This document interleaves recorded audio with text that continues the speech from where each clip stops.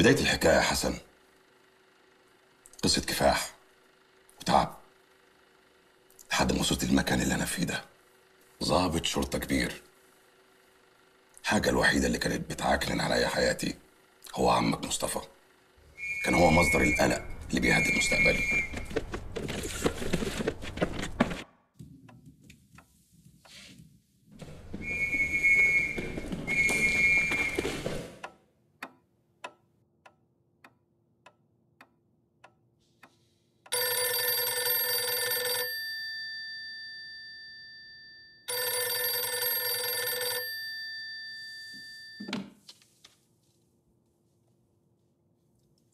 الو، خليه يدخل.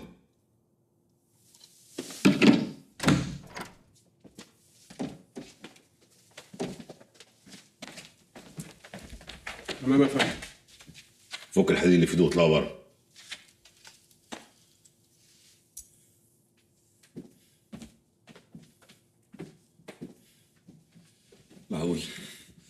معقول برضه تسيبهم يبقوا؟ قوم اقف، انت فاكر نفسك فين؟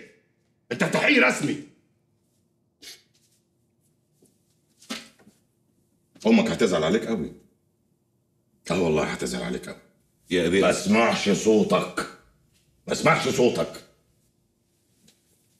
بس حتى لو زعلت انا هعرف اسكتها ازاي. عندك حق، والله عندك حق، تقول اكتر من كده كمان. بس اوعدك يا ابي ورحمه ابونا ما هعمل كده تاني. الله يرحمه لو كان فضل عايش لحد دلوقتي كان مات تاني لما يشوف الحيله الصغير بالشكل ده. انا حلفت يا بشر، انا حلفت ومش هرجع في حلفاني حتى لو هموت. والله العظيم ما هعمل كده تاني، اخر مره. كم مره حلفت يا مصطفى وكم مره صدقتك؟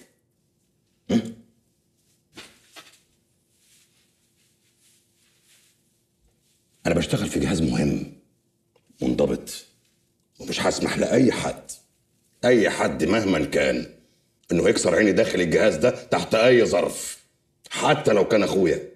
اوعد حضرتك يا ابي هخرج من هنا انسان تاني. وبعدين حضرتك انا عمري ما كنت مدمن. دي حاجه كده بعملها كل فين وفين، تفريح يعني. ماشي يا درش وانا هصدقك، بس برضو مفيش مانع تساعد اخوك، وحتى لو ما تعرفش بشكل مباشر مين هو اللي بيبيع المخدرات، بس على الاقل تعرف من صحابك الصيع اسمه ايه، زي ما هم عرفوا انت مين واخوك يبقى مين واتريقوا. حاضر هقول لك. اسمه ابراهيم العريان، ساكن في مصر العتيقه. كده انت اخويا.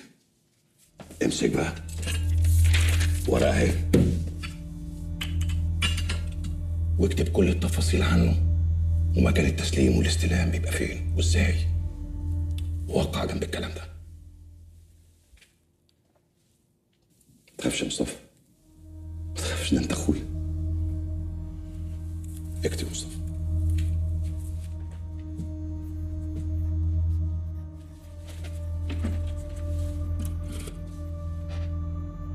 يا عبد العزيز، هات حد معاك وتعالوا خدوا الافندي.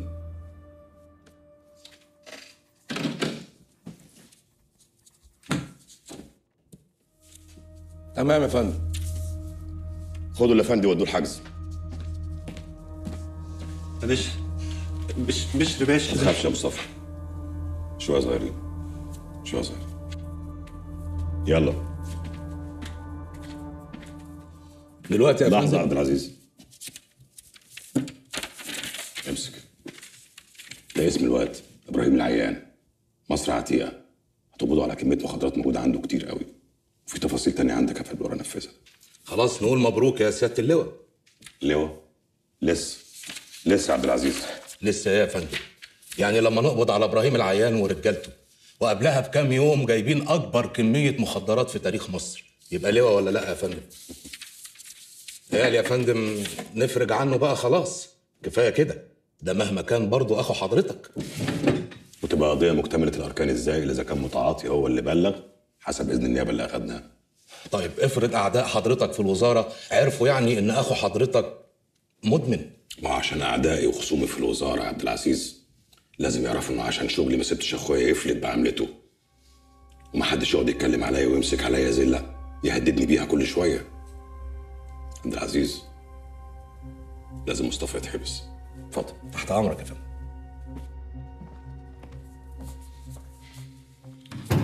منك لله يا مصطفى، منك لله. معقولة يا بشر هتسجن اخوك؟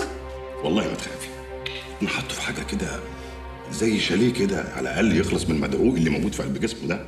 وبعدين احنا خلينا البوليس يقول ان هو شاهد، يعني خد سنه يا لينا. اوعى يا بشر، ده اخوك الصغير، ده انت زي ابوه. طب هو معقول اذي ابني؟ ده انا اللي مربيه. بس خساره للاسف. يا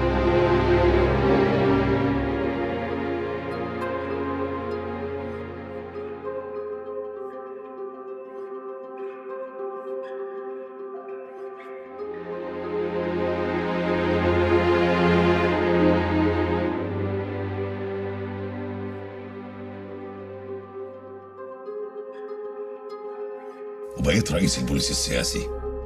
الدنيا اتغيرت، يعني تاني رجل بعد الوزير كذا وش. والملك اخوان، الملك بنفسه كان بيثق فيا اكتر من الوزير. بس كل الكرسي ما بيكبر، كل ما بتخاف عليه اكتر. بيبقى عندك استعداد انك تعمل اي حاجه عشان تفضل محافظ على كرسيك.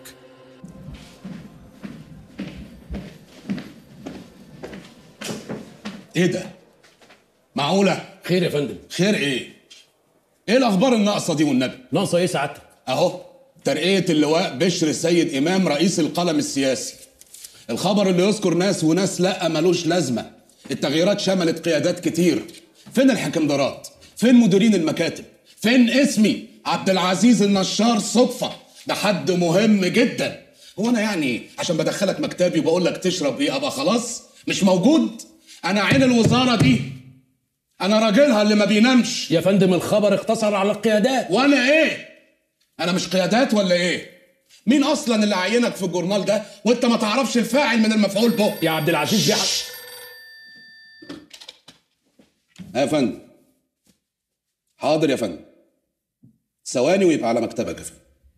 بعد اذنك يا فندم. ليك رؤى يا سيد، ليك رؤى.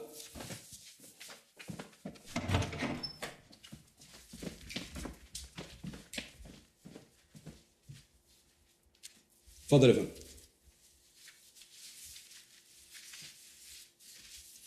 حضرتك شكلك مرهق جدا.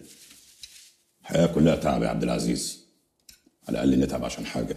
ما قلناش حاجة يا فندم، بس احنا برضو محتاجين لصحة حضرتك، كده مش هينفع. مفيش اجازات يا عبد العزيز، مفيش اجازات الا في حاله واحده بس، الموت. وبعدين انت عايز ناخد اجازه ليه؟ اروح البيت اعمل ايه؟ انا لا عندي لا عيل ولا تايل. اروح البيت اقعد احط وشي في وش حياه، نشوف وش مين فينا الاكبر. يا فندم انا ما قلتش كده، انا ما قلتش اجازات، انا بتكلم يعني على ساعة الدماغ تتغسل فيها، تفجيرات مطاردات، هنخلص كده يا فندم والله. وبعدين يا فندم التفكير برضو محتاج حلاوة طحينية، حتة بغاشة، معلقة مهلبية. ابعت وهات وناكل هنا. لا بعد ابعت مين يا فندم؟ هو انا ناقص تخت؟ انا قصدي اقول لحضرتك ارواح، يعني كائنات حيه، يعني نسمع صوت حلو كده زي ليلى مراد، نغسل عينينا برقصه من جسم زنبلك زي كيتي ولا ساميه. بدل قتلته امتى؟ دخلت التنظيم ازاي؟ مين اللي علمك تعمل متفجرات؟ مش كده يا فندم؟ فين وامتى يا عبد العزيز؟ فين وامتى؟ الدنيا دي زي تياترو، والناس واقفين طوابير.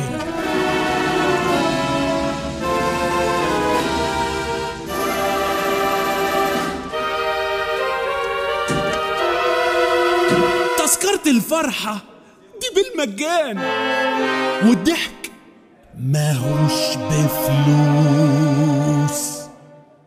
والغلبان اللي بيضحك أغنى كتير من أي أمير. اما اللي معاه المال وحزين اهو ده اللي صحيح منحوس. ننبسط بقى.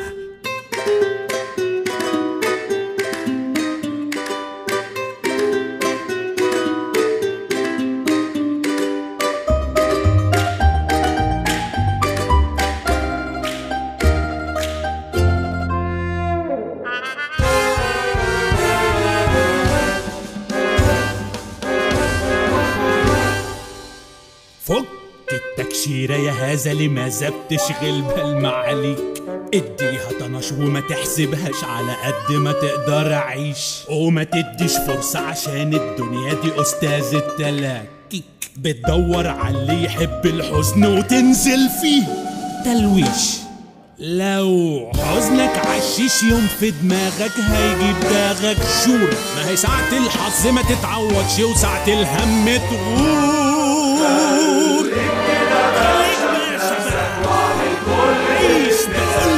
شفت الفرحة دي مش محتاجة يكون عندك مصروف. الدنيا تياترو.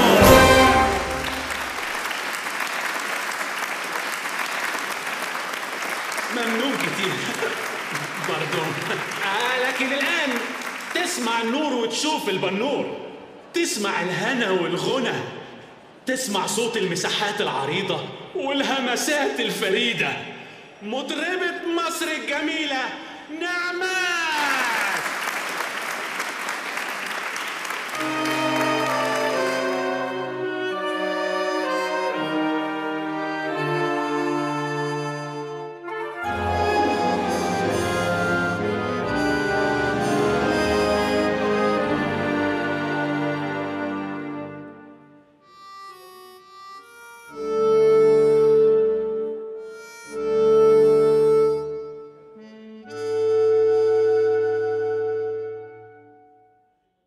بنيجي الدنيا مش خايفين من الأيام،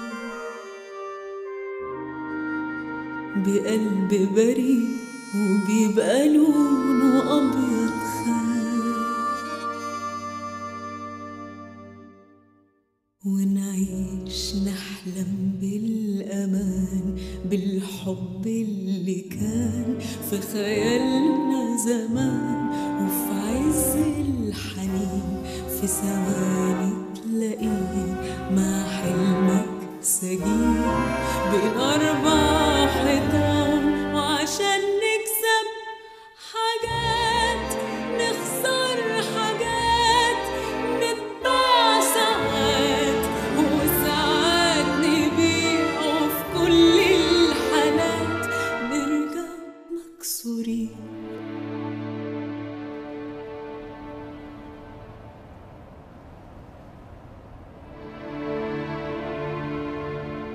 ايه ده؟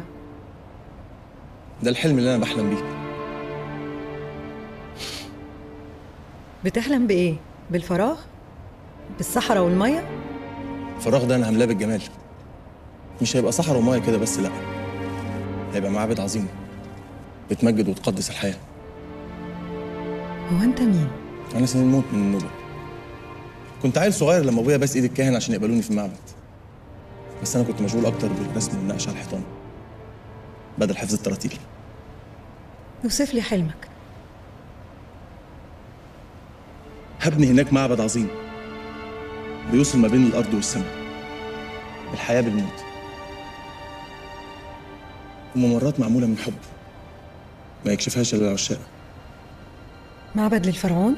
لا، للخلود. تعرف ايه عن الفرعون؟ اسطوره ازليه في عقول الناس، خيال بنخاف منه وحقيقه مشكوك فيها. انت بقى تبقي مين؟ انا اول مره اشوف الجمال ده.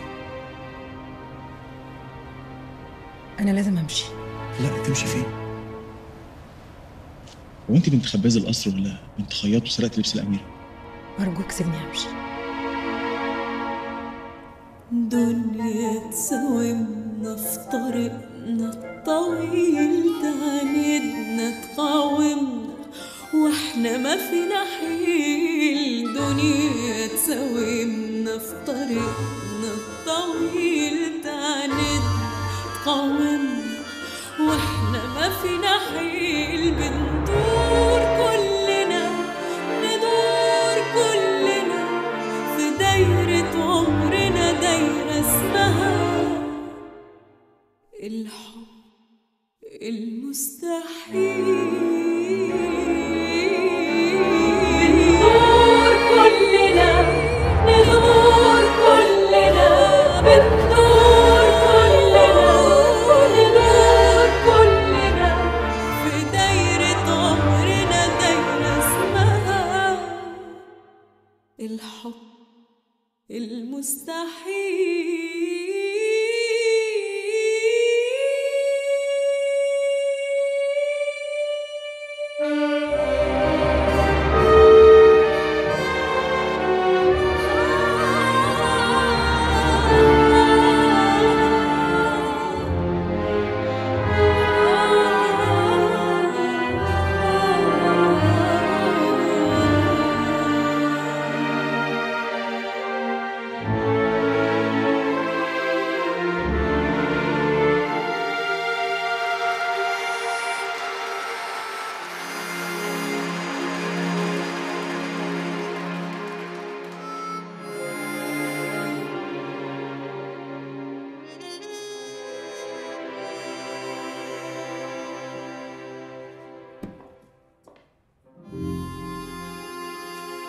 كن كان ده ايه الحظ ده؟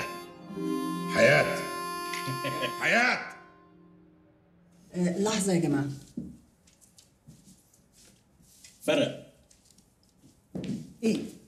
في ايه؟ احنا مش قلنا بلاش عادات القمار دي قبل كده ولا ايه؟ انت طول النهار والليل بره البيت، عايز نعمل ايه؟ ايه اللي تعملي ايه؟ اعملي اللي بتعمله اي ست، اشتركي في نادي، جمعية خيرية، هلال احمر، هلال اسود، اتفضلي مشيهم. بقول لك ايه؟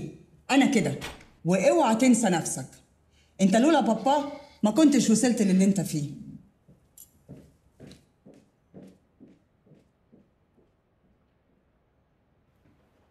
ما تيجي تاخد راوند معانا يا بشر باشا؟ اخد مع سعادتك ايه؟ راوند. راوند. انا شايف قفا سعادتك هو اللي بقى راوند. ايه يلا ده؟ يلا إيه يلا ده؟ يا ابن الكلب. ما ينفعش. يلا يا ابن الكلب. ده كلام يا بره. ايه يا هاني؟ بره يا ابن، يلا يا ابن الكلب بره. الله. يلا والله بالكاميرا في عينيك بره. اللي هيقرب ناحية البيت ده هعتقله.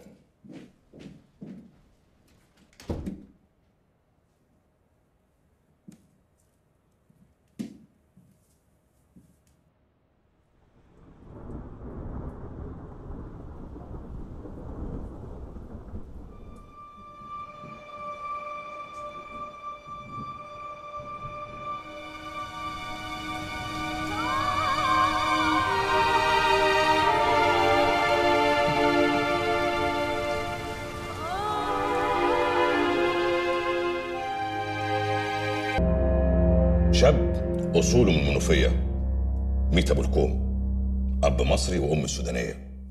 والأب والأم قدروا يخلوا ابنهم يلتحق بالجيش المصري، وبعدين يطلع من الجيش بتهمة تخابر مع الألمان بعد ما لقوا لاسلكي ألماني معاه، ويدخل السجن ويهرب ويستنى لما الأحكام العرفية تسقط ويظهر ويقتل أمين عثمان. مين بقى حضرتك؟ أنا هقول لحضرتك على كل حاجة، بس ليه عند حضرتك طلب صغير.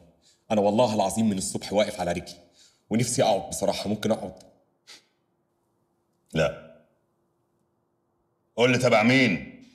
أنا محمد أنور السادات، ضابط مصري، اتشلت من وظيفتي ظلم، ولما حصلت على جهاز لاسلكي ألماني متطور وقلت أميز بيه جيشي وأقدر أتواصل بيه، اتهموني بالتخابر ظلم، ودلوقتي واقف قدام حضرتك بتهمة ظلم جديد.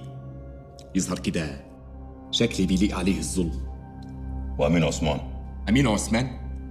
أمين عثمان وزير المالية والتابع لحزب الوفد، فلاح بسيط زيي هيستفاد إيه لما يقتل أمين عثمان؟ هل يا ترى عشان أموالي الطائلة اللي في البنك سحبها مني مثلا؟ أنا مالي ومال أمين عثمان؟ عايز أفهم. عايزين تغيروا النظام ليه يا أنور؟ مفيش مخلوق يقدر يغير النظام. مفيش حاجة ما بتتغيرش، التغيير سنة الحياة. ده يعني لو حضرتك حابب تسمع وجهة نظري اللي ما بقولهاش لحد، بس قلت اطرحها قدام سيادتك دلوقتي. عارف المشكله بتاعتكم ايه؟ مشكلتكم انكم فاكرين ان انتوا بس اللي بتفهموا، وان احنا عصايه السلطه. لا يا سانور، احنا لا عصايه السلطه ولا السور اللي بيحميها. احنا بنحمي البلد، وساعات كتير السلطه بتبقى هي البلد. انت عارف مين ده؟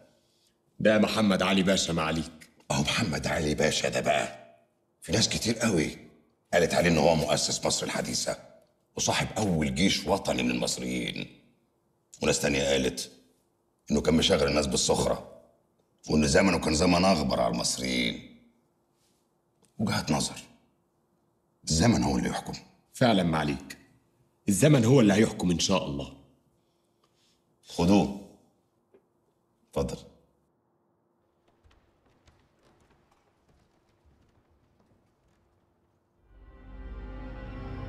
شايلة قلبي جري، وطريقي مهما يكون أنا قوية، وكل واحد عنده حلم مصدقه بيجيله يوم،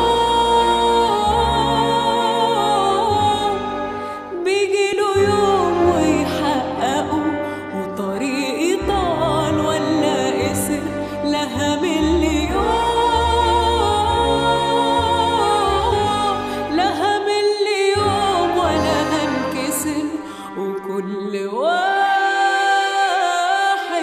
عنده حلم مصدقه بيجيله يوم، بيجيله يوم ويحققه. وطريقي طال ولا قصر لها مليون، لها مليون ولا هنكسر.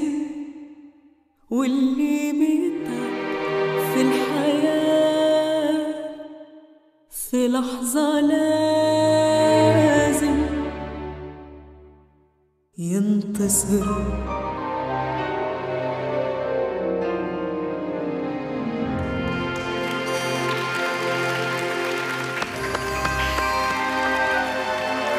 عبد العزيز،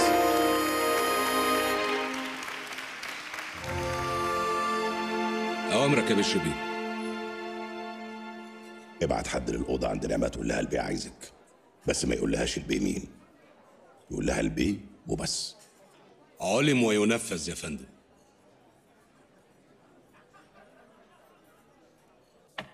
اتفضل. فنانتنا الجميلة، خير؟ سعادة البيه كان عايز حضرتك تقعدي معاه على ترابيزة نمرة 7. انت مش عارف ان انا ما بقعدش على ترابيزات حد؟ أصل لا بعد اذنك روح قول له كده. حاضر يا فندم. ما بتقعدش على ترابيزات حد يا فندم.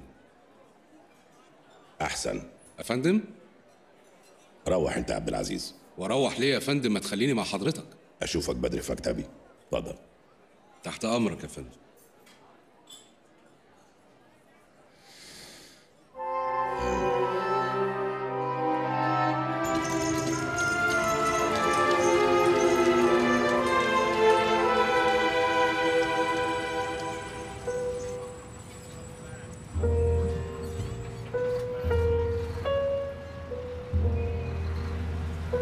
اطلع ورا الاثنين دول يا حسين.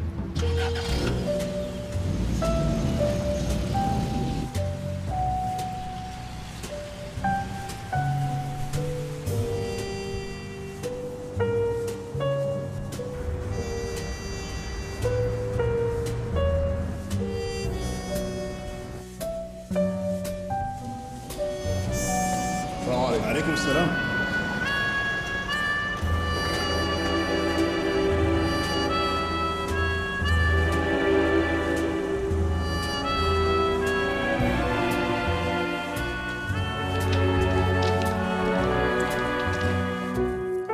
دي منشورات لقيناها في البيت عندك بتحرض على قلب نظام الحكم. يا فندم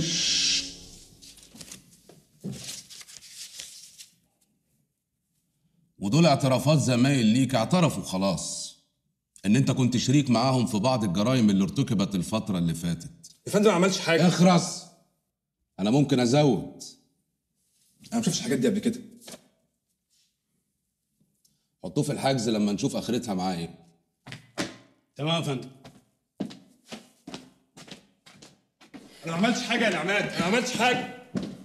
الولد يا فندم اللي حضرتك امرت باحتجازه طلع ان كان في علاقه بينه وبين البنت اللي مش عارف حضرتك هتفتكرها ولا لا. البنت المطربه دي اللي اسمها نعمات رزق، فاكرها يا فندم؟ المهم قبضتوا عليها ولا لسه؟ طبعا يا فندم موجوده. بقالها قد ايه؟ بقالها 4 ساعات. 10 دقايق ودخلها. تحت امرك يا فندم.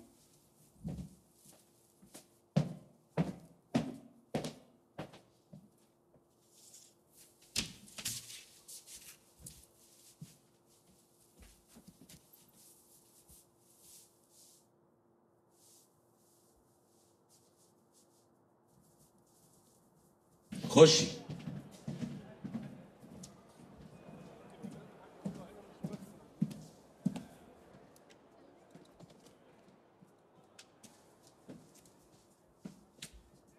في حاجة يا عبد العزيز؟ دي متهمة يا فندم بالانضمام لجماعة سرية لقلب نظام الحكم، ومتهمة كمان بالتحريض على أعمال تخريبية لممتلكات عامة وممتلكات خاصة. مش دي اللي اتقبض عليها في التنظيم مع الولد اللي اتقبض عليه النهارده؟ مظبوط يا فندم. يا فندم والله انا بريئه، انا ما عملتش حاجه. المعلومات بتقول ان الولد ده بيجي لك ليلاتي على الكباريه وبتروحوا سوا وبتطلعوا نفس العماره. عشان هو جاري ساكن في الشقه اللي قدام البنسيون اللي انا قاعده فيه. من مصلحتك تقولي لي كل حاجه عن علاقتك باللافندي ده. حاضر. هو طلب يتجوزني وانا رفضت عشان انا ما بحبوش.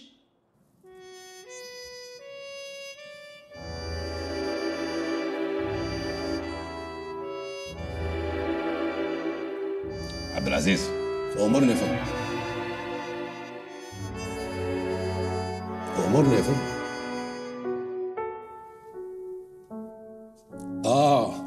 طب استأذن معاليك، أنا هروح أباشر التحقيق مع بعض المتهمين. بعد إذنك. اتفضل. بعد إذنك.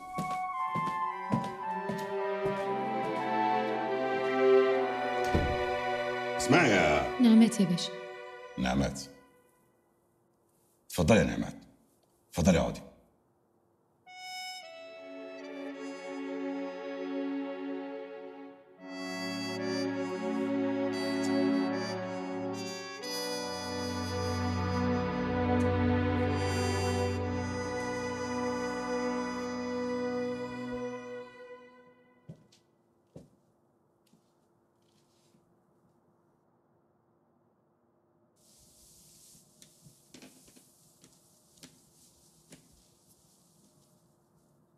اسمعي يا نعمات، شباب اليومين دول شباب طايش، بيفكر انه لما بيثور علشان البلد، والحقيقه هو بيدمرها ويخربها. فاذا كان حد وعدك بشيء كده ولا كده، شويه شعارات فاضيه وكدابه من اللي هما بيعملوها، قولي لي وانا هساعدك. لا يا باشا، انا ما كنتش اعرف اي حاجه عن توجيهاته دي، ده كان مجرد صديق. يعني مفيش حد تاني في حياتك؟ اقصد مفيش حد تاني في حياتك من اصدقائه حاول يورطك في حاجه، دخلك في سياسه، كلام فاضي اللي هم بيقولوه ده؟ لا يا فندم، انا ماليش غير الغنى، هو بس اللي في حياتي، وماليش علاقات باي حد تاني. طب بصي، انا هروحك، هتخرجي من هنا على بيتك وعلى مسؤوليتي. كتر خيرك يا باشا، انا مش عارفه اقول لك ايه.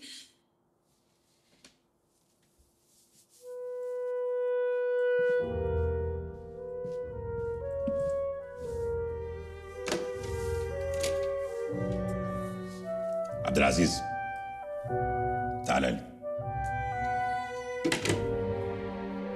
نعمات، عايزك تبعدي عن اي مشاكل او اي حد، واحد غيري ما كانش يصدق الدموع دي، وفي ظروف البرد اللي احنا بنمر بيها دلوقتي كان ممكن تبقي بين التحقيق والحجز لحد ما شعرك يشيب.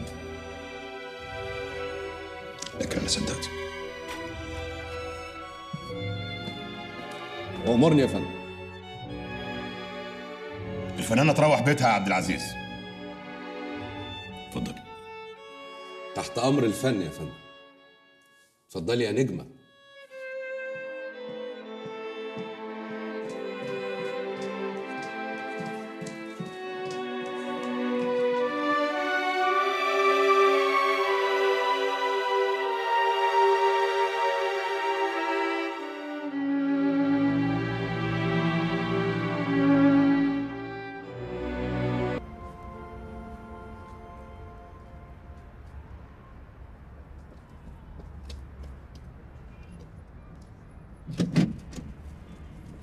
كله تمام يا بشر باشا.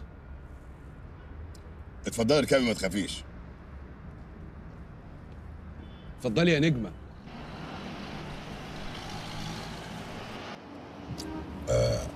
نعمات انت فنانه موهوب. ميرسي. صوتك مميز وتراث خاص كده. بصراحه انا خايف على موهبه زي دي تضيع في الكباريهات اللي عمرها قصير. الفنان الحقيقي لازم يكون له سكته. وانا ما لقيتش غير كده، ويمكن عشان الواحد يكبر محتاج علاقات، وانا ماليش علاقات باي حد هنا في مصر. يمكن عشان انا اصلي شامي. عارف ان اصولك شاميه. نزلت مع اسرتك على مصر ووالدك توفى وخرجت اشتغلتي ووالدتك لسه متوفيه من سنه. وانا عملت حاجه غلط؟ والله العظيم يا باشا انا ما عملتش اي حاجه غلط، ولا انا ولا الفرقه. شوف يا نعمات، انت بنت ذكيه، واذا كنت حابه سكه المغنى دي في سكك كتير مختلفه احسن من الكباريهات واللي بيجي من وراها. شوف انت عايزه تبقي مين وشاوري بس كده. كلثوم، نور الهدى، ليلى مراد، بنت اللطيفه الصغيره اللي طالعه الايام دي اسمها شاديه. هما فين وانا فين؟ معايا مفيش هم وفين. وده في مقابل ايه؟ اعتبريني محب للفن وخايف على موهبه كده اصيله تضيع وفيها امل. قلتي ايه؟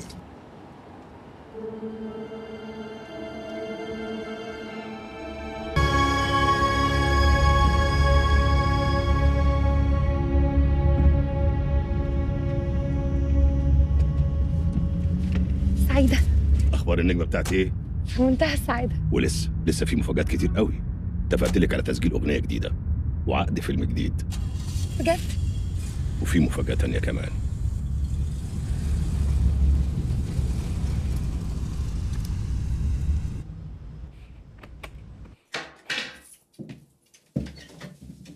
تعالي. نعمات، احنا فين يا بشر باشا؟ انت جايبني فين؟ تعالي بس تعالي. دي شقتك، واسمحي لي ان انا ابقى اجيلك من وقت للتاني، يعني ازورك اطمن عليك يعني. يا بشر باشا ازاي بس والناس تقول علينا ايه؟ ما هو عشان الناس ما ينفعش كل ما اجي اشوفك ابقى عايز اروح لك الكباريه او البنسيون او نتقابل في العربيه. انت عارفه مركزي برضو. نعمات طبعا انت اكيد عارفه شعوري ناحيتك. من اول مره شفتك فيها صوتك سحرني، بيخليني دايما ببقى عايز اقرب، امسك ايديكي، اخدك في حضني. بشر باشا، بشر بس، بشر باشا ارجوك يا بشر، باشا بس يا بشر باشا. ابوس ايدك يا بشر باشا، خليك زي الراجل اللي انا شايفاه في خيالي، الراجل اللي بجد الحنين صاحب الفضل، بلاش الراجل التاني ده.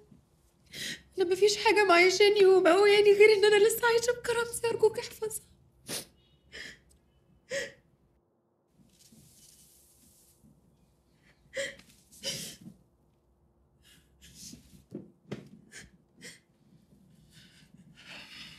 اوعدك ان انه مش هيتكرر تاني. ارجوك تسامحيني. مفاتيح الشقه.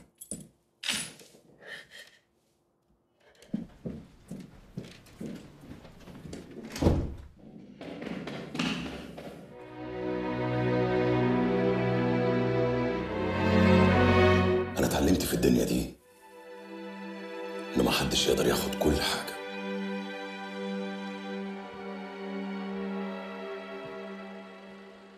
لو حبيت تعمل ناصح وتمد ايدك على كل حاجة، ساعتها الدنيا كلها هتطربق فوق دماغك وتخسر كل حاجة. وهو ده الغبي. فاهم يا حسن؟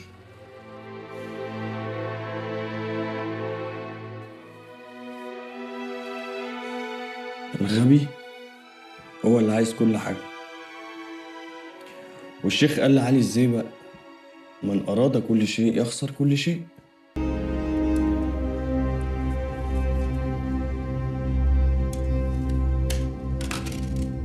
الكلام اللي محشور في زورك قوله يا عبد العزيز. هقوله طبعا يا فندم. اخوك والست نعمات لازم تشوف لهم حل. انا لو اخويا بيشم كوكايين هجيب له كوكايين ولحد البيت، مش هسجنه. والست نعمات يا اما تتجوزها في السر وتخليها تبطل غنى، يا اما سيادتك تبطل تروح لها وتسيبها تغني للناس براحتها. حضرتك تاريخ وانجازاتك كبيره يا فندم، ومش معقول نسيب حاجه تافهه زي دي تبوظ كل حاجه.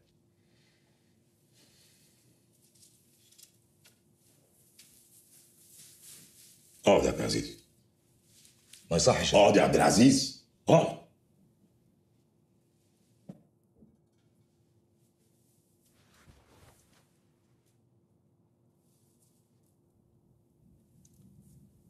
تفتكر ايه هو النجاح؟ الطاعة يا فندم. الطاعة بس يا دوب تنجحك في انك تكون عبد العزيز. الحياة بتنصب لنا كل يوم فخ. مرة أخ صايع، مرة حبيبة مش من مستواك. وانت واختياراتك تطوع قلبك وتلقط الطعم، ولا تطوع عقلك وتكمل طريقك؟ طاعة العقل واجبة يا فندم. برضه غلط. الحياة عايزة ميزان، دايما توزنها عشان تختار الصح. لو طوعت عقلك بس هتنشف وتجف وتموت، ولو طوعت قلبك تبقى عبيط.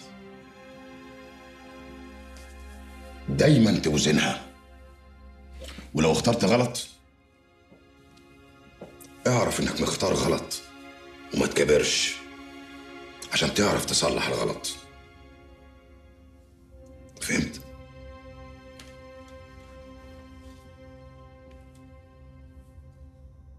ما فهمتش طبعا يا فندم. بس تمام. انا بعد طول خدمتي مع سيادتك عرفت ان ربنا خلق ناس ينفع تبقى بشر بيه، وخلق ناس ينفع تبقى عبد العزيز، وخلق ناس تالتة لا كده ولا كده. والحمد لله يا فندم ان احنا مش منهم. بعد اذن سيادتك يا فندم. تمام يا عبد العزيز. تمام يا فندم.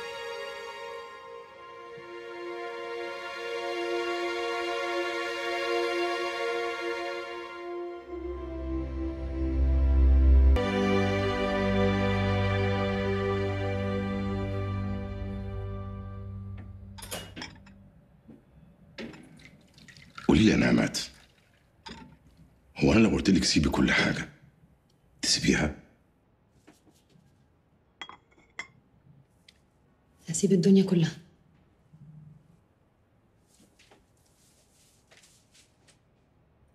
بتحبيني يا نعمات؟ انت اللي كبرتني. لولاك كان زماني نعمات اللي لسه عايشه في الاوضه الصغيره في البنسيون. بتهيألي مش هو ده الرد اللي انا كنت مستنيه. انا مش ناكره للجميل.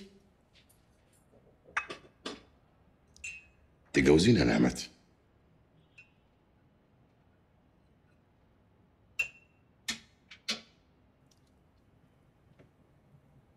موافقه، بس هغني اخر حفله ليا. وانا موافق.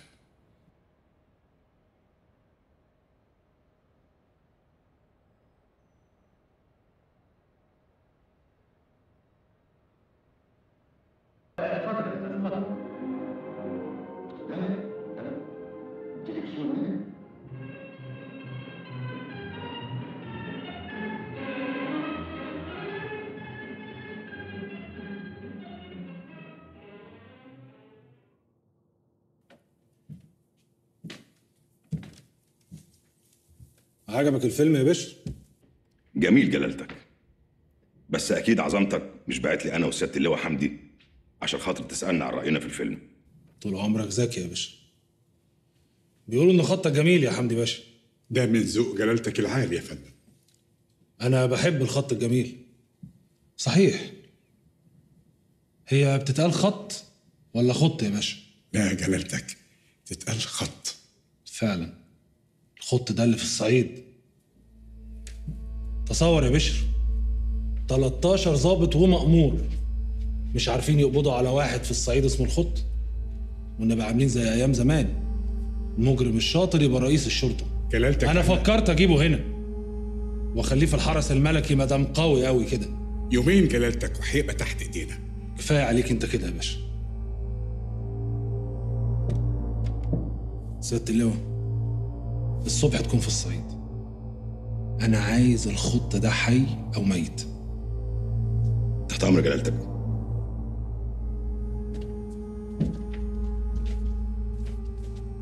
سيادة اللواء، مش عايز حياتك الخاصة وعلاقتك بالمطربة تأثر على شغلك.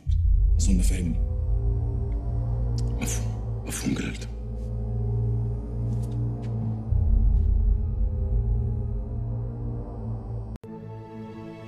بطل ده يا ابني مطلوب منه انه يواجه ويفكر ويخطط ويفضل طول الوقت عايش تحت ضغط. وانا بصراحة ما اتخلقتش لكل ده. انا احسن واحد ينفذ الاوامر، وعشان كده انا الوحيد اللي لسه عايش، وكل الابطال اللي في الصورة اختفوا. النهارده يوم الحساب. انتوا شايفيني كافر ودم حلال، وانا شايفكم كده بالظبط. مش انتوا عايزين تطبقوا الخلافة؟ انا موافق، وبحكم القانون والعرف انا الخليفة ولي الامر وعليكم الطاعة. سيدي الكاهن الأكبر خادم الآلهة، السادة الكهنة، يا ترى محاولة قتلي أنا والحكيم إني وسننمود من وحي الآلهة ولا من وحيكم أنتوا؟ احنا رجال علم ودين مش قدر. سيدي الكاهن الأكبر، حراس المعبد هم اللي حاولوا يقتلونا، ولا يمكن هيعملوا كده إلا بأوامر منكم. مولاتي حتشبسوت ابنة الفرعون وزوجة الفرعون، ده اتهام خطير. أنت ليه ما قلتش مولاتي حتشبسوت فرعون مصر؟ فرعون مصر هو مولاي تحتمس الثاني. مولاك تحتمس الثاني بيتجهز له دلوقتي مراسم جنائزية تليق بيه بعد ما سلمني الحكم وذهب في سلام إلى عالم الخلود. مفيش قدامنا غير حل واحد. اوعى الدم يا علي. دم بدم يا أمي. أولها كان دم حسن راس الغول. ومين اللي ابتدى يا ست فاطمة؟ مش هما؟ واخرها مش عايزاه يبقى دم علي. بعدين فين المكر والحيلة؟ الحيلة والمكر اليوم حد، بعد كده مفيش حيلة، واحنا وهم فارقين. لو رحمناهم مش هيرحمونا. بس هم السلاح والقوة، وانا القلب اللي على حق. الحساب تقيل واحنا مش غربة عن بعض. هتقولوا مين منكم بره هو اللي بينفذ وبيخطط تبقى ماشي. مش هتقولوا هعاملكم معاملة المفسدين في الأرض، ولأقطعن أيديكم وأرجلكم من خلاف، وهو ده القانون. القانون يا مولاتي، وأنا خادم للإله آمون رع، بيقول إن الفرعون يكون رجل مش امرأة. مصدقاك طبعا. أنا كمان أبويا الإله آمون رع أمرني إني أقطع راسكم دلوقتي حالا.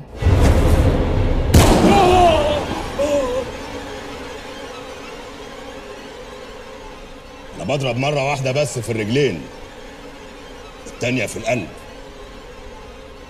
اللي عايز يموت يسكت، اللي عايز ينجي نفسه يتكلم.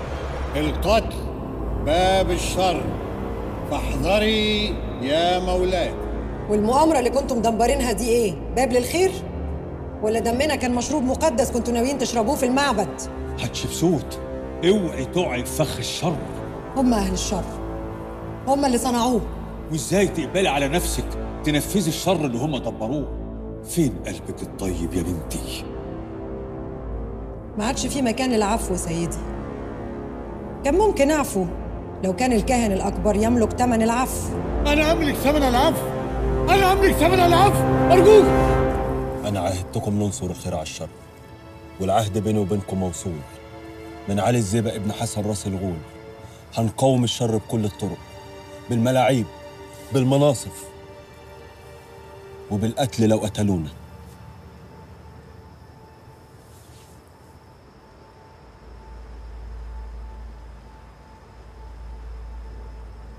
أنا هرجع البيت القديم في الأقصر.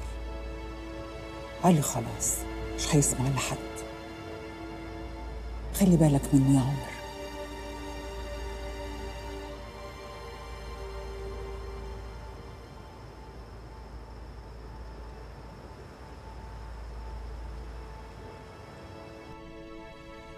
أيوة أنا فرعون زي ما بتقول، وعبد العزيز ده هامان. اللي كفر الحاكم عبد العزيز يبقى إيه؟ يبقى كافر يا فندم، وهكفر سيئات أمه كمان. مين فيكم اللي هيتكلم؟ أنا هتكلم.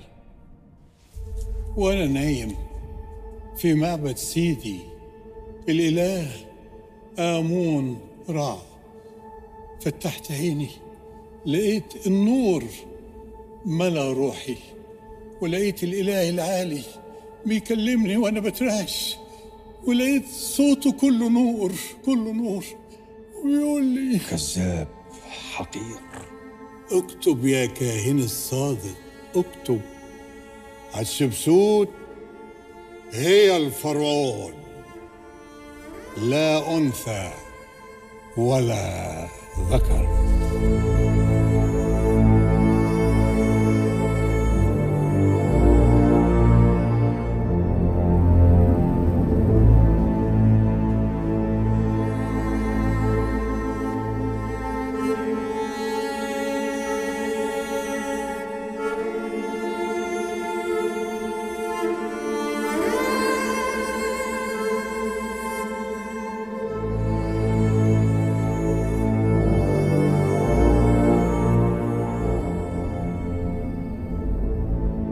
بعد ما الإخوان حاولوا يفجروا الباشا، نزلنا لمناهم كلهم، وبعد كده رحنا على الصعيد حسب أوامر الملك عشان نقبض على الخط.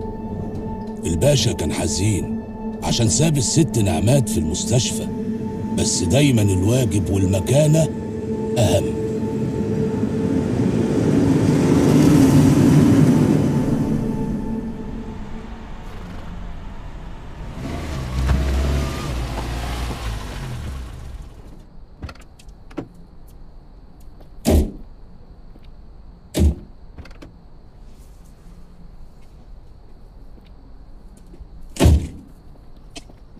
حد يجيب الشنط من العربية.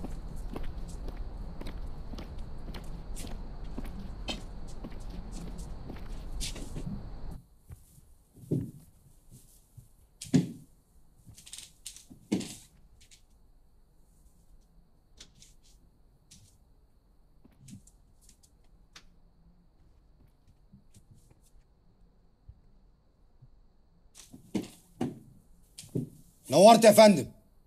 انا لا عايز تشريفه ولا احتفاليه. انا عايز كل المعلومات عن العاصي تبقى موجوده على مكتبي في خلال ساعات. واللي مش هيشوف شغله كويس هعزله، حتى لو وصلت اني اعزل المديريه بحالها. مفهوم؟ تمام يا فندم. اتفضلوا.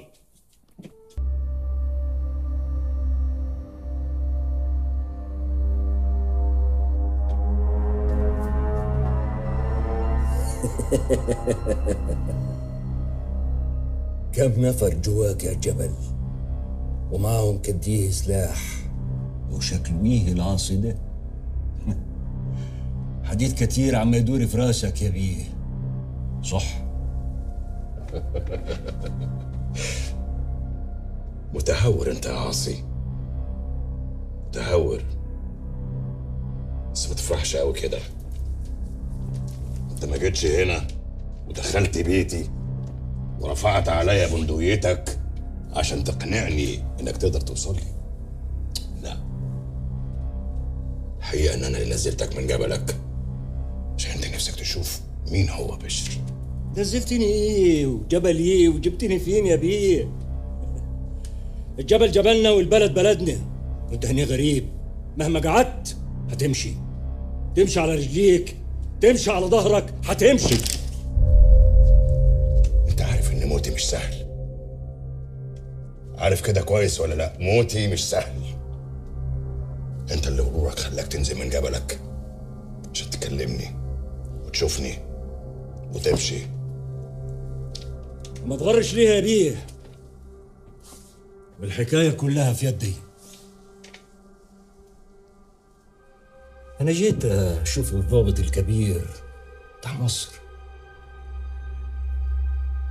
بيقولوا إنك هتشوف الملك. لما تشوفه ابقى اوصف له الخط، قول له شفته بنفسي وكان راجل. هوصفك يا عاصي. عندنا كشف بنثبت فيه اوصاف المجرمين بعد ما بنقتلهم. هوصفك. ماشي. خبر انا ليه ما قتلتكش دلوقتي؟ عشان اللعبة تطول. اصلا لما تطول بتحلو قوي. ليه بقى نحرقها من الاول؟ وانا موافق. انا موافق. خليها تطول. ماشي ماشي يا بيه، قلبك تقيل وقاعد وتعجبني، بس دي اول ميعاد. عاصي،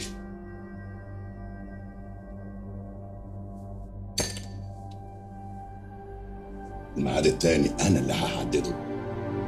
هنشوف يا بيه، هنشوف.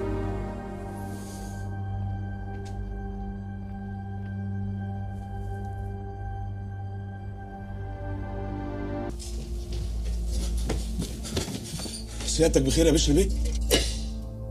انا بخير طول ما في رجاله زيك يا عبد العزيز جنبي. يا فندم العساكر كانت مضروبه بره. مضروبه؟ سايب لي 2 عساكر ينفخوا من الهوا يحموني وتخلي كلب زي العاصي يتهجم عليا؟ سيادتك احنا كنا بنأمن مداخل ومخارج الجبل. وما فكرتش تأمن داخل وخارج البيت ليه؟ طب يلا انتوا، يلا امنوا مداخل ومخارج البيت، يلا بسرعه، وهاتوا لي كل عساكر المديريه تيجي هنا. عنك انت يا فندم، انا هعمل لك الشاي. عنك انت.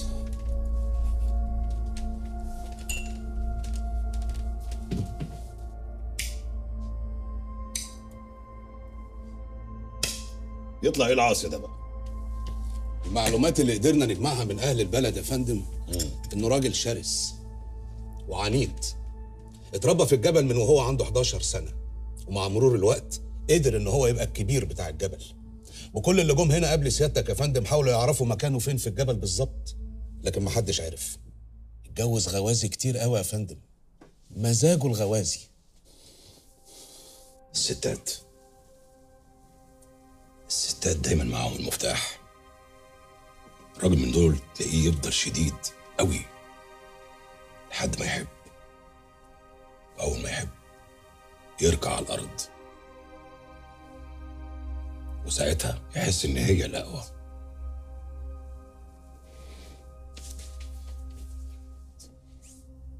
عبد العزيز انا عايز غازيه. سيادتك غازيه؟ بيتهيألي هنا هيبقى صعب، مش معقول اجيبها هنا. هو انت هتفضل طول عمرك غبي يا عبد العزيز؟ لا مش ليا طبعا. امال ليا انا يا فندم؟ للعاصي. لا ومش عايزها تكون من هنا خالص. عايزك تنزل تلف الكفور والنجوع، الموالد والافراح، وتجيب لي بنت قمر، عشان هي دي اللي تعرف تركعه تحت رجليها، عشان هتبقى هي الدليل اللي هيوصلنا ليه. تمام يا فندم. ايه ما واقف ليه؟ حضرتك عايزها دلوقتي؟ احنا بنهزر يا عبد العزيز. لا والله ما انا ما فهمتش. بتهزر يا عبد العزيز؟ تحت امرك تحت امرك. ما تنفذ الامر. تحت امرك يا فندم.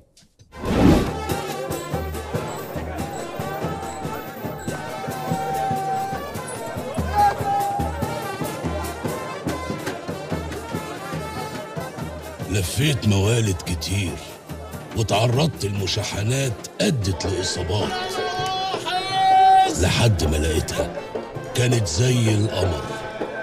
لواحظ عروسة الرقص الشرقي في الصعيد.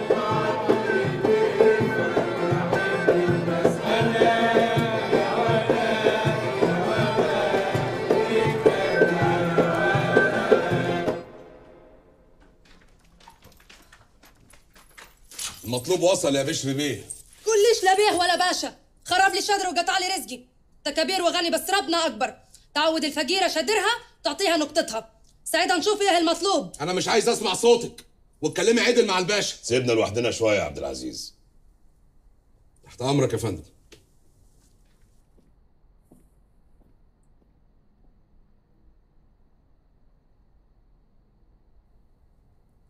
معقوله في ناس بالحلاوه دي هنا؟ الحديث الحلو ببلاش يا ريس. هتعوضني هسمع لك. هتتحدد حديد زين وتمام مفيش بلا. اسمع لواحظ، انت من النهارده عندك شغل. عملت الشغل كويس هتقبضي كويس. قد ما هتدفع قد ما هتاخد. لاحظ انك بتكلمي لواء بوليس، مش زبون عندك في شادر. وهي الحكومه مش رجاله؟ كل الرجاله واحد يا ريس. اتعدلي واسمعي. من غير ما تزعج اقدر اسمع وانا مش معدوله. لواحظ لو اتعدلت تتكسر يا بيه. يا لواحظ.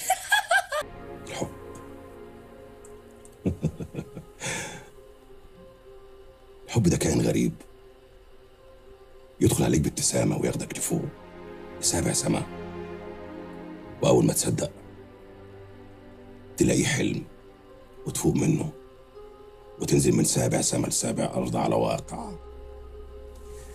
لازم الحبيب والحبيبة يتنازلوا عن حاجات كتير، وإلا حبهم هيبقى مستحيل وهينتهي قبل ما يبتدي. الحب ما بيقدرش عليه الأقوياء، الحب بيقدر عليه المساكين بس. الحب نار وفي القلوب تشعلها زي الحطب.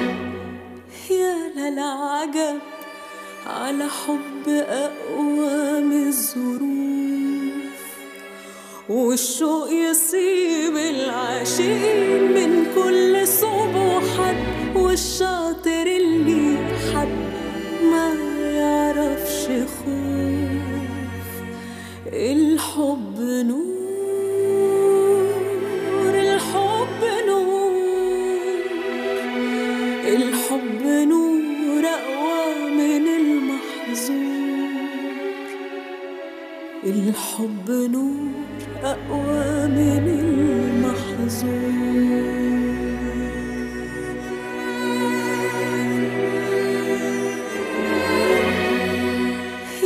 العجب على حب أقوى من الظروف، والشوق يصيب العاشقين من كل صوب وحد، والشاطر اللي حب ما يعرفش خوف. الحب نور، الحب نور.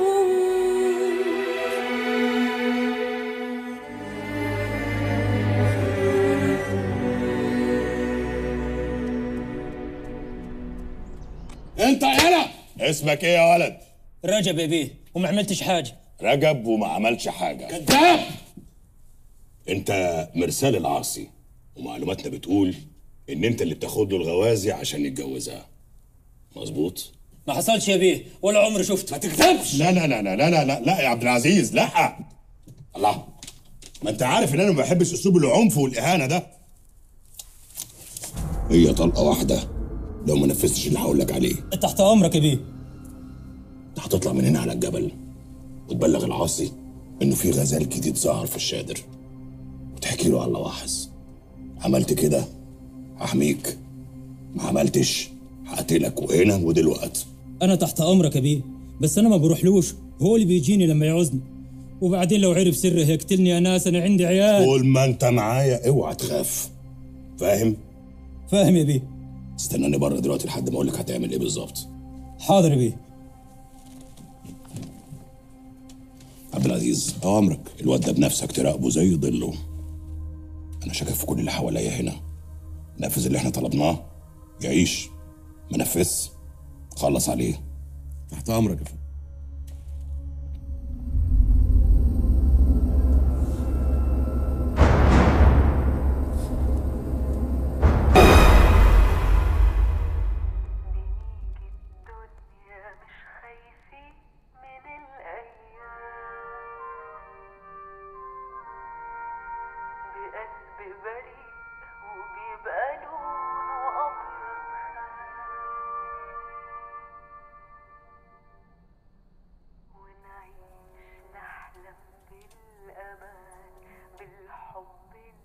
وي وي وي وي وي وي، ده انت مش هنا واصل.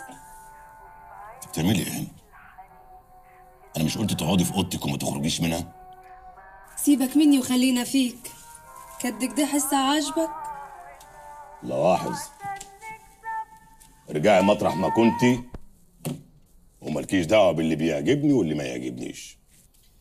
كد مالك هيبه وهيلمان، كد ما انا شايفك راجل ولك قلب، وها قلبك واخدك لبعيد. ايه هو اللي قلبك ومش قلبك؟ كلام الفاضل اللي مش مفهوم ده. حسها حلو ماشي، بس وصى نحلة. تسمع ولا ارقص لك ولا التنين؟ هنسيك حسها واصل. مالكيش دعوه بيا ولا بيها خالص، فاهمه؟ واه ياك تعرفها كمان. وريني كده عينيك هتقول انك تعرفها، وتعرفها قوي قوي كمان.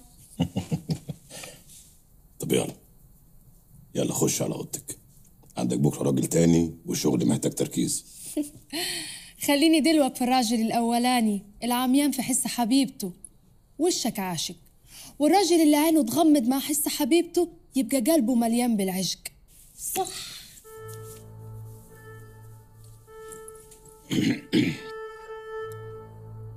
لاحظ، خش اوضتك. ماشي هخش. يا ريت.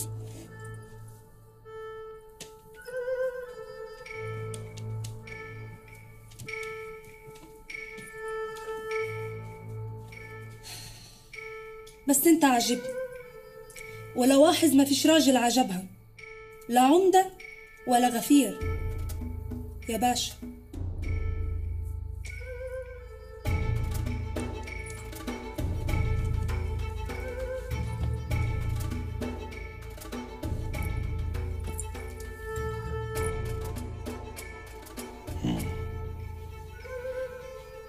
سابت الباب مفتوح متعمدة.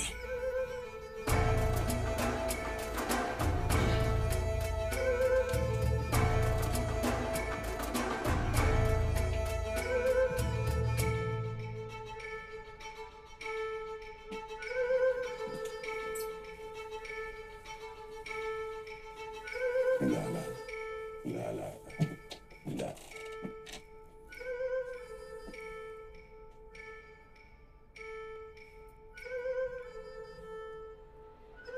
ايه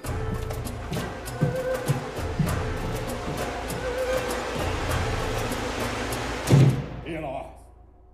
ما يصحش برضك تسيب الباب مفتوح. طول عمري بفهم في النقلات اللي في حياة البني آدمين. هيبتدوا امتى؟ هيوصلوا لأهدافهم ازاي؟ طموحهم ممكن يوديهم لحد فين؟ هينتهوا نهاية شكلها ايه؟ زي مين؟ زي الست لواحظ مثلا. أمي؟ ست الستات. من أول ما اخترناها عشان تعمل مهمة محددة وأنا عارف إن ذكائها هيوديها لمكانة تستحقها. إيه اللي تعرفه عن قصتها مع أبويا؟ أنا ما أقدرش أتجاوز حدودي ولا أقدر أخطو خطوة واحدة مش مسموح لي بيها. أنا على طول واقف على باب الحكاية، بشوف اللي داخل واللي خارج، ومن شكل الخروج والدخول بخمن بقية الحكاية.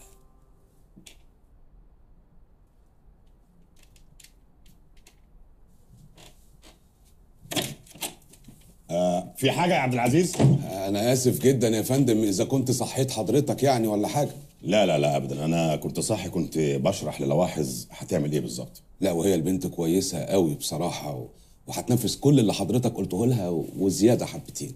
ايوه، لازم المرحلة دي نكون صحيين. المرحلة اللي جاية مش محتاجة أي أخطاء. ربنا ما يجيب أي أخطاء يا فندم، بعد إذنك. أنت كنت جاي عايز حاجة يا عبد العزيز؟ يا فندم معلش أنا آسف نسيت. طبعا حضرتك عارف إن التنفيذ هيبتدي من بكرة والمكان هنا معروف سيادتك، وكنت خايف بعد ما نقبض على العاصي حد من رجالته يحاول يهرب وينتقم. مظبوط مظبوط. في حاجة تاني؟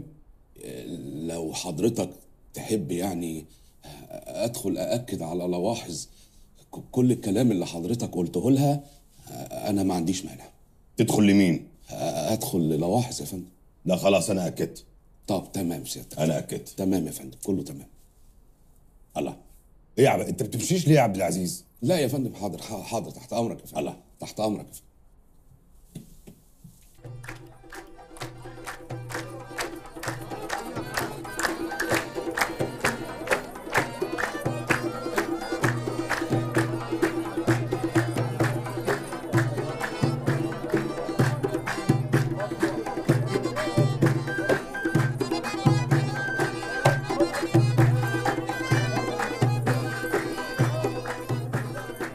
وزي ما توقع الباشا طلب العاصي غازية جديدة ونفذ رجب الخطة ووقعته لواحظ في حبالها وخدها على الجبل وعرفنا مكانه وقبضنا عليه.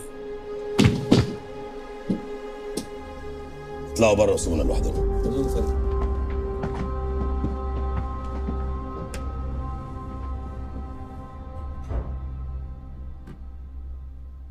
أنا ما انكرش إنك عجبتني في أول مرة شفتك فيها، بس أنا أحب أوي اللي يتحداني. أنت عارف، لو مجرم عادي أنا ولا كنت أهتم أصلا إني أوقعك. يبقى ترد الجميل، سبتك حي مرة، خليك راجل ورد دينك وطلعني. سبتني؟ مبقاش كداب يا عاصي، أنت ما سبتنيش، انت بس حبيت تديني اماره ان انت ممكن تموتني او تديني اشاره ان اللعبه ابتدت. وانت عايز يدرو؟ المخطوط ده لقوه مدفون عندك في الصخور في مغارتك.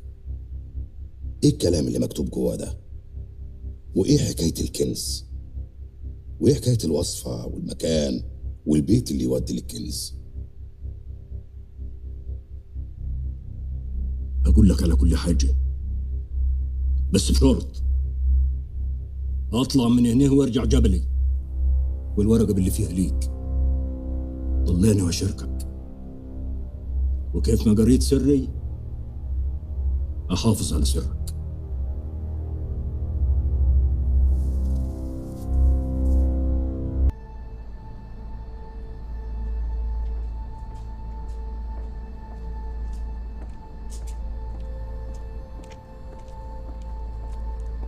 تمام يا فندم. فك له كلبش.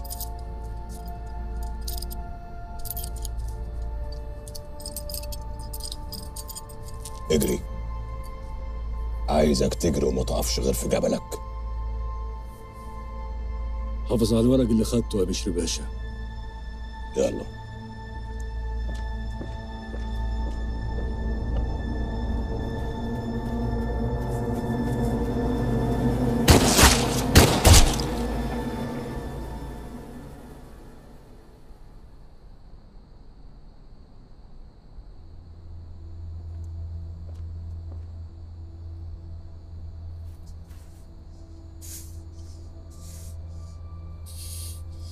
خنت العهد يا بشر باشا. مفيش عهد مع حراميه وقطاعين طرق. برضك استعجلت. فكرك لما تقتلني هتاخد الكنز لحالك؟ مش هتقدر. كنت خدته انا من زمان. الكنز ده مرصود بالاوان من التاريخ المعلوم من ايام جد الكبير زيبك، ولسه صاحبه ما جاش اوانه ولا وقته، واللي يدور عليه قبل الاوان ملعون يا بشر باشا، ملعون.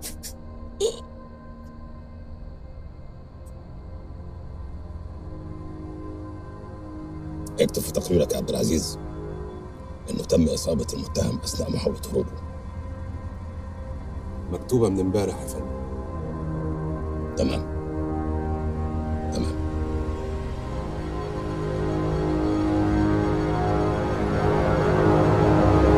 طب وايه العمل دلوقتي؟ دايما قبل ما اوصل لغرضي بخطوه الدنيا بتتغير. يوم ما وصلت لقلب نعمات كان عليا ان ابعد، ويوم ما وصلت لرضا الملك عشان ابقى وزير واحقق حلمي حصل انقلاب، وبعد كده سموها ثورة 52. خير في ايه؟ معانا امر بالتحفظ على بشر باشا. طب استأذنك ابلغه بنفسي؟ اتفضل.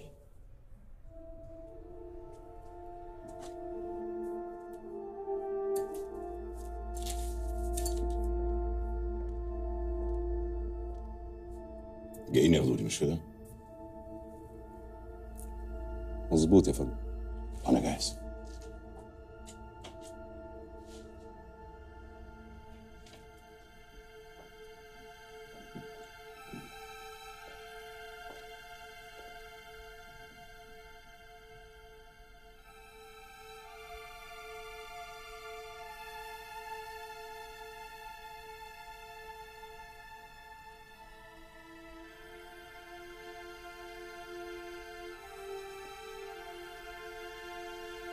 تزعلش.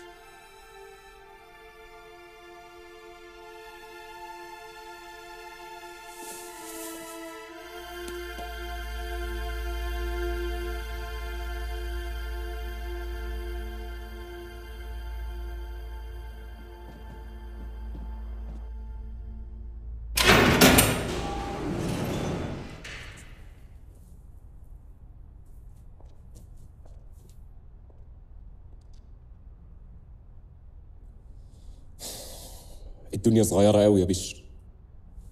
الدنيا اللي صغرت لما بقت في ايديكم. الدنيا طول عمرها في ايد اللي يستحقها. لكل مجتهد النصيب. البلد رجعت لاصحابها اللي ضحوا بدمهم عشانها بجد، مش عشان مصلحتهم. تسمع مني نصيحة؟ طبعا اسمعها. انا امي الله يرحمها كانت بتقول لي يا ابني اسمع النصيحة ولو من اللي تحت السكين ذبيحة. بص يا انور افندي، كل الناس في الدنيا دي فاكره انها بتعمل اللي عليها وانها صح. ما بالك اللي قاعد على الكرسي؟ الكرسي ده سحره غريب عجيب فوق ما تتخيل.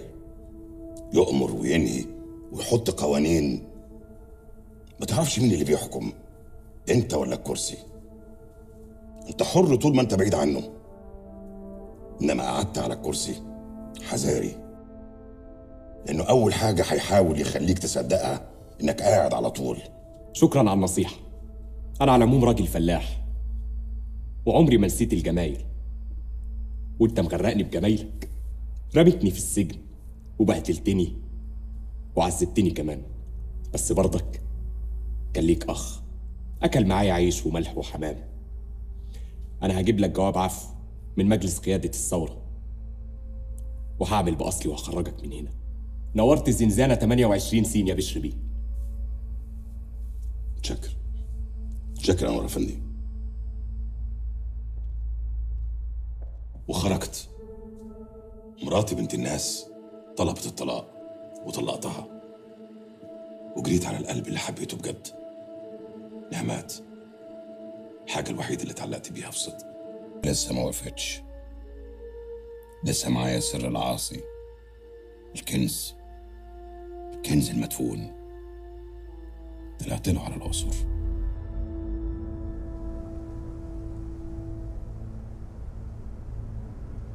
عايزين نشتري البيت ده يا عبد العزيز، والارض اللي حواليه كلها. عايز ابني هنا بيت كبير. ايوه يا باشا، بس جاي صحاب الارض ما يرضوش. هما مين اللي ما يرضوش يا عبد العزيز؟ انت لسه في الخدمه، ما شاء الله بقيت لواء. بس الدنيا اتغيرت يا باشا، ثوره بقى. الناس عينيها فتحت ومناخيرها اترفعت، وكلمه لا على اللسان بقت اسهل من كلمه ايوه. مفيش حاجه اتغيرت يا عبد العزيز، الناس هتفضل هي الناس، واللي بيقول لا النهارده هو بكره اللي هيقول ايوه. مصالح اقوى من الثورات، مصلحه اقوى ثوره في التاريخ. اشتري البيت يا عبد العزيز واسمع كلام. تحت امرك يا باشا.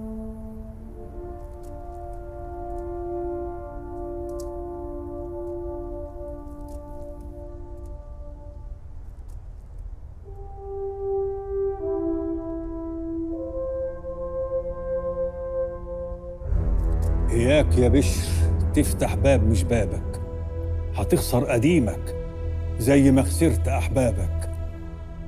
أنت مين؟ ما تسألش أنا مين، واسمع. خلي المقفول مقفول، مش عرفك. مش جاي الزمان كنت انت واقف ورا الباب فارس ولا مهندس ولا كاهن. مش جاي الزمان كنت انت الحبيب اللي اندفن ولا الحبيب اللي صان الكنز. ليه تفتح باب القديم وانت لسه ما قفلتوش في الحاضر؟ اياك والقديم يا بشر، اوعى تفتح باب البيت ده. سلم الحاضر الاول وخلي المستقبل لصاحبه، واكيد هو هيكون حسن.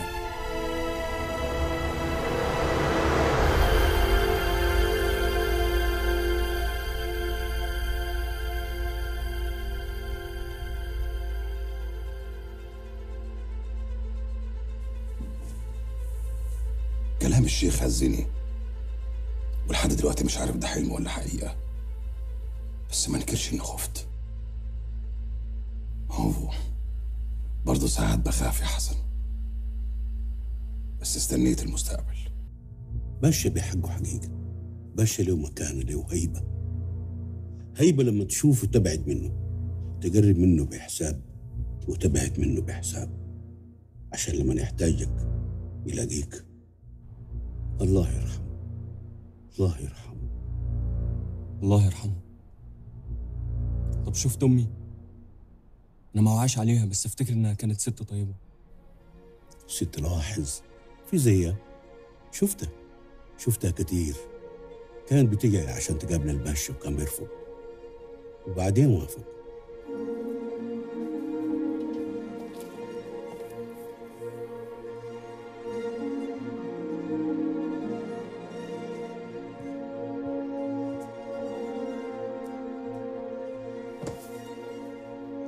سكت عليك النبي حبيبك تخليني جارك.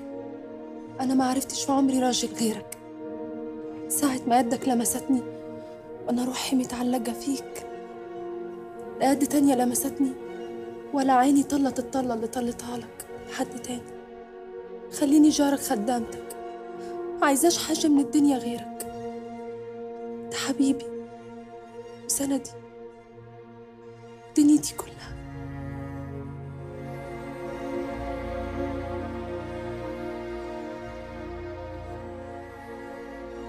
هو برضه كان محتاج لواحد يكون معاه ويخلص له بعد ما بقى وحده.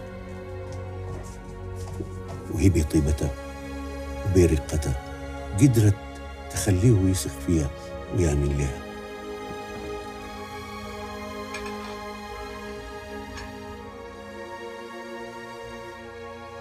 مش كده بس، اتزوجها وكمان جاب منها ولد حسن. وسمعت صوت صرختك وفهمت البشارة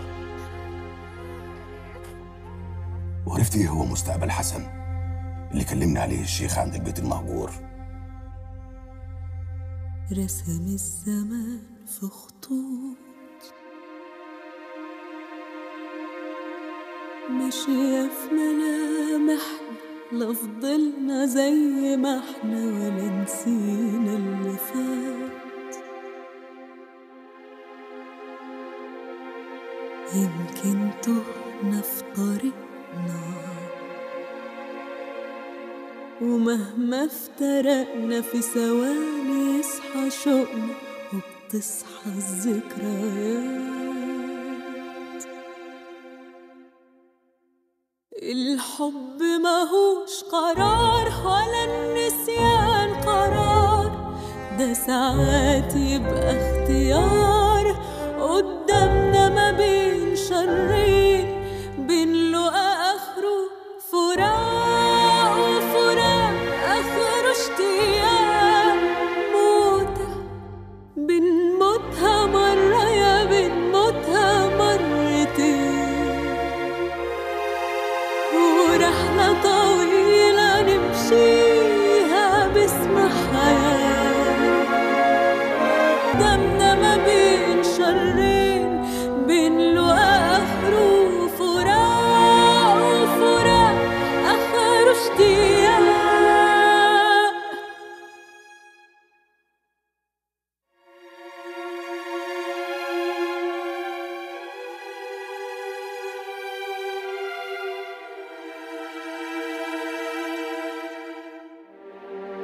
ويفضل في القلوب نفس الحنين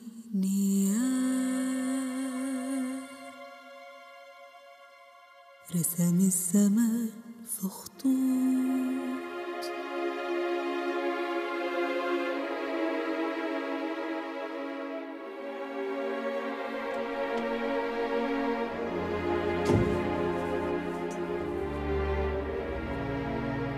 بقيتي احلى بس صوتك حزن وزاد.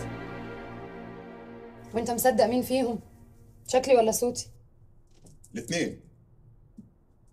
ايه اللي فكرك؟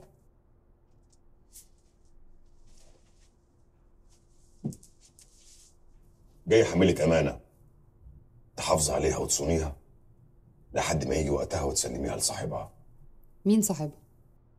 حسن ابني. ابنك؟ اتجوزت؟ مبروك. كنت تقولي كنت جيت غنيت في الفرح. الامانه دي ما اقدرش امن لحد غيرك عليها، حتى مصطفى ما اقدرش امنه تاني. زمان امنته على حاجه غاليه قوي عليا وما حافظش عليها. الواحد لو عايز يحافظ على حاجه بيحافظ عليها بنفسه، خليش حد تاني يحافظ له عليها. المهم لو حصل لي اي حاجه او ما بقتش موجود على ظهر الدنيا، خلي عينك على حسن، ولما يكبر سلمي الامانه دي.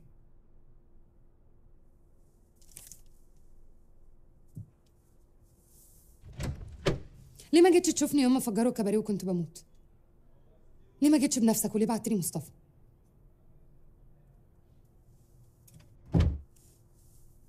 عشان طول الوقت الدنيا بتساومني، حاجه قصاد حاجه، طول الوقت سلطه مكانه. هتجيبي منين حب وغرام؟ يا تعيشي بقى زي اللي الناس عايزاكي تعيشيه، يا تعيشي لنفسك.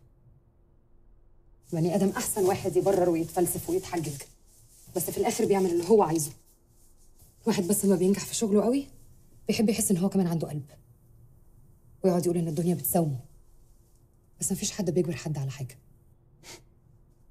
طب بص بقى، انا ما كنتش عايز اتكلم عن الماضي، انا جاي اتكلم عن المستقبل، لكن زي ما تحبي. قولي لي بقى هنا، يعني انت لما اتجوزت مصطفى كنت بتحبيه؟ انا اخترت الحياه اللي انا عايزاها، ومش هنكر واقول ان انا ما بحبوش. على فكره احنا مفيش فرق بيننا كتير. انت برضه يوم ما وافقتي تتجوزيني انا كنت عارف ان انت ما بتحبنيش. كنت عايزه السلطه، الجاه، السند اللي يقف في ظهرك ويحميكي. انت كمان اخترت السلطه يوم ما بعت لي مصطفى عشان هو اللي يقف جنبي.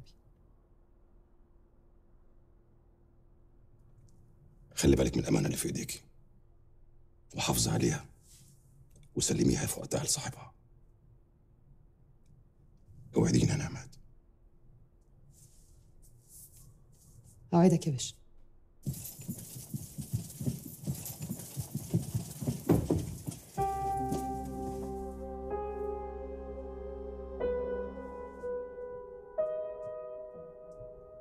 مراتك بتحبك يا مصطفى،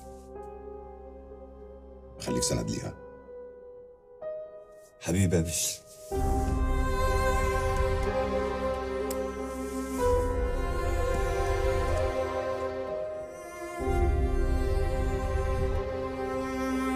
مصطفى،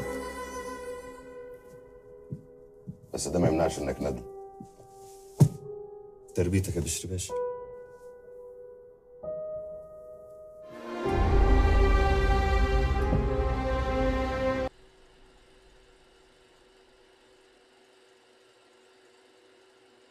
ساعات كتير بسأل نفسي، يا ترى التسجيلات اللي بسجلها لك دي مصيرها ايه؟ ويا ترى هتشوفني وتسمعني ولا ده وهم؟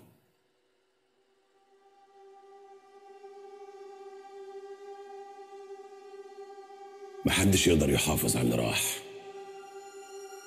ويا ترى هيفضل مننا ايه؟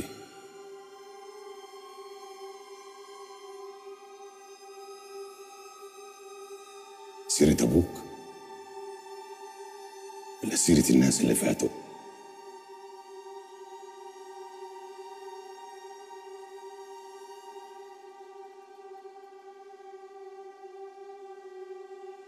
ولا الكنز؟ ايه هو والمين؟